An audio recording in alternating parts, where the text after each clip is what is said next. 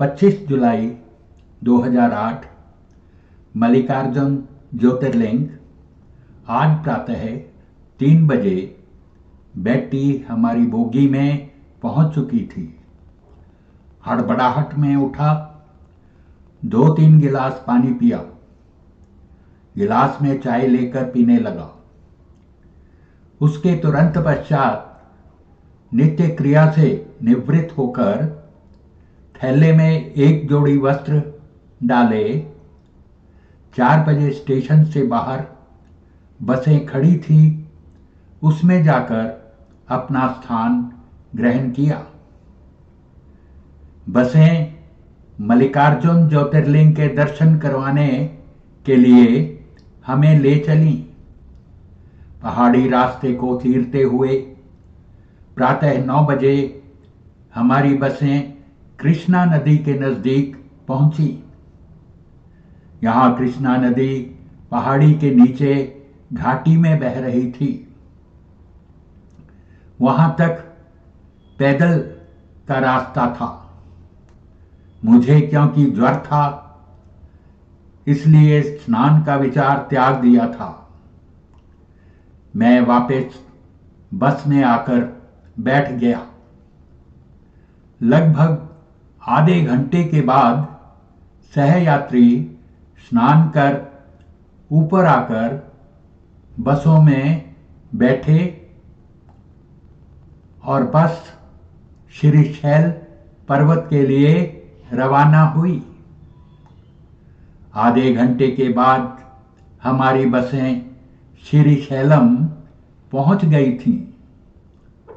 सभी यात्री बसों से उतर मल्लिकार्जुन ज्योतिर्लिंग के दर्शन करने के लिए गए, लेकिन मैं बस में ही रहा। कारण कि मैंने स्नान नहीं किया और बिना स्नान किए मंदिर जाना मैं उचित नहीं मानता। एक टीस मन में थी कि घर से हजारों किलोमीटर का सफर कर यहां तक पहुंच गया था, लेकिन मंदिर में जाने का भोले का आदेश नहीं हुआ था।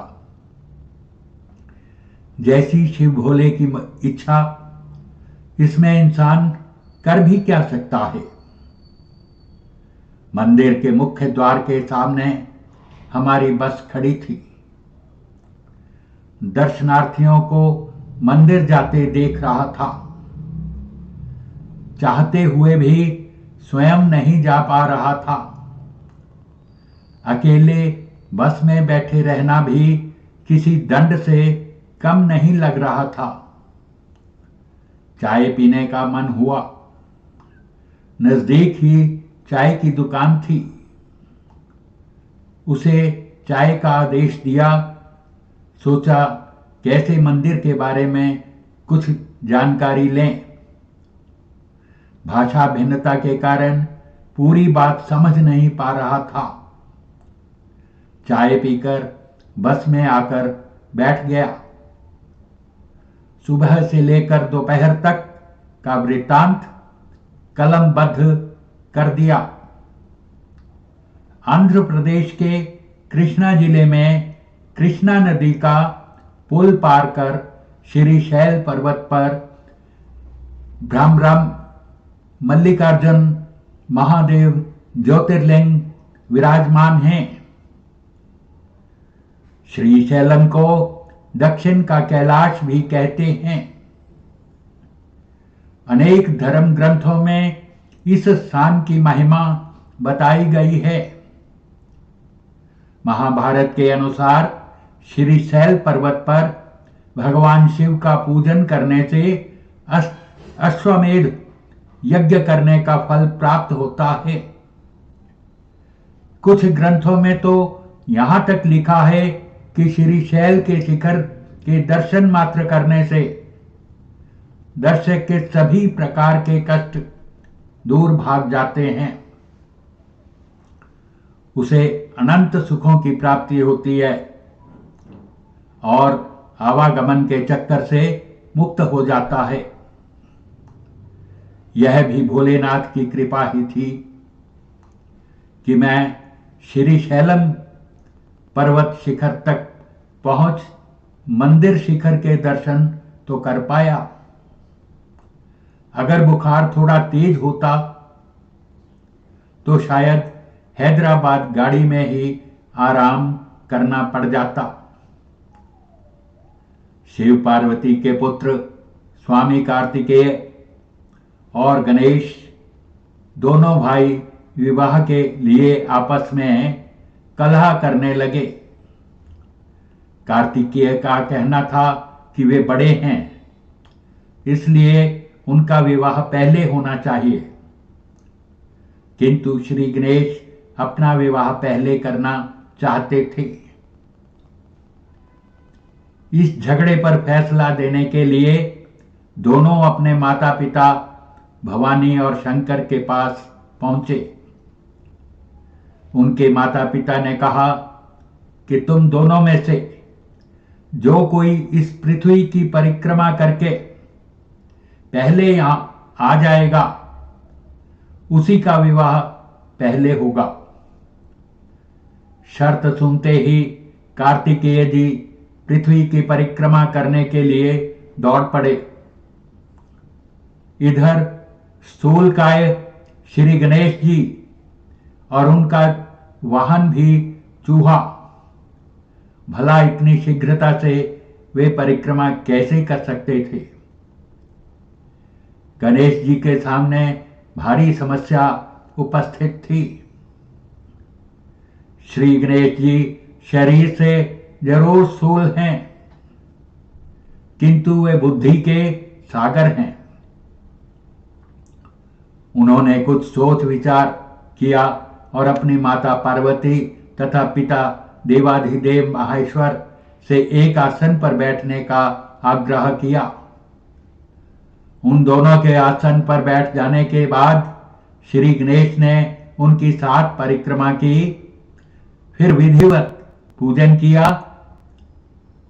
शिव पुराण में आता है, पित्रोश्च पूजनम कृत्वा प्रक्रांति च करोति यः तस्य वै पृथ्वी जन्य फलम भवति निश्चितम। जो पुत्र माता पिता की पूजा करके उनकी परिक्रमा करता है, उसे पृथ्वी परिक्रमा जनित फल सुलभ हो जाता है। अतः गणेश जी माता पिता की परिक्रमा कर पृथ्वी की परिक्रमा से प्राप्त होने वाले फल की प्राप्ति के अधिकारी बन गए। उनकी चतुर्बुद्धि को देखकर शिव और पार्वती दोनों बहुत प्रसन्न हुए और उन्होंने श्री गणेश का विवाह भी करा दिया। जिस समय स्वामी कार्तिकेय संपूर्ण पृथ्वी की परिक्रमा करके वापस आए, उस समय श्री गणेश जी का विवाह विश्वरूप प्रजापति की पुत्रियों सिद्धि और बुद्धि के साथ हो चुका था। इतना ही नहीं, श्री गणेश जी को उनकी सिद्धि नामक पत्नी से क्षेम तथा बुद्धि नामक पत्नी से लाभ, ये 2 पुत्र रतन भी मिल गए थे। भ्रमणशील और जगत का कल्याण करने वाले देवर्षि नारद ने स्वामी कार्तिकेय से यह सारा वृतांत कह सुनाया। श्री गणेश का विवाह और उन्हें पुत्र लाभ का समाचार सुनकर स्वामी कार्तिकेय क्रोधित हो उठे। इस प्रकरण से नाराज कार्तिकेय ने शिष्टाचार का पालन करते हुए अपने माता पिता के चरण छुए और वहां से चल दिए। माता पिता से अलग होकर कार्तिक स्वामी क्रौंच पर्वत पर रहने लगे।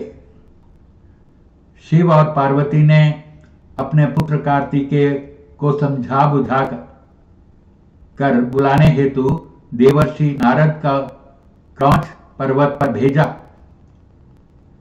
देवर्षि नारद ने बहुत प्रकार से स्वामी को मनाने का प्रयास किया, किंतु वे वापस नहीं आए।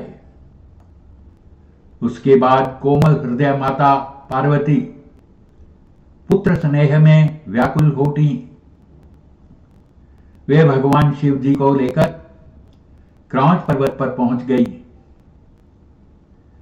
इधर स्वामी कार्तिकेय को क्रौंच पर्वत पर अपने माता पिता के आगमन की सूचना मिल गई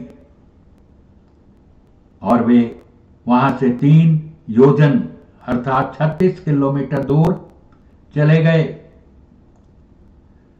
कार्तिकेय के चले जाने पर भगवान शिव उस क्रौंच पर्वत पर ज्योतिर्लिंग के रूप में प्रकट हो गए। तभी से वे मल्लिकार्जुन ज्योतिर्लिंग के नाम से प्रसिद्ध हुए। मल्लिका माता पार्वती का नाम है, जबकि अर्जुन भगवान शंकर को कहा जाता है। इस प्रकार सम्मिलित रूप से मल्लिकार्जुन नाम उक्त ज्योतिर्लिंग का जगत में प्रसिद्ध हुआ। 12 दिन भाग 1 समाप्त।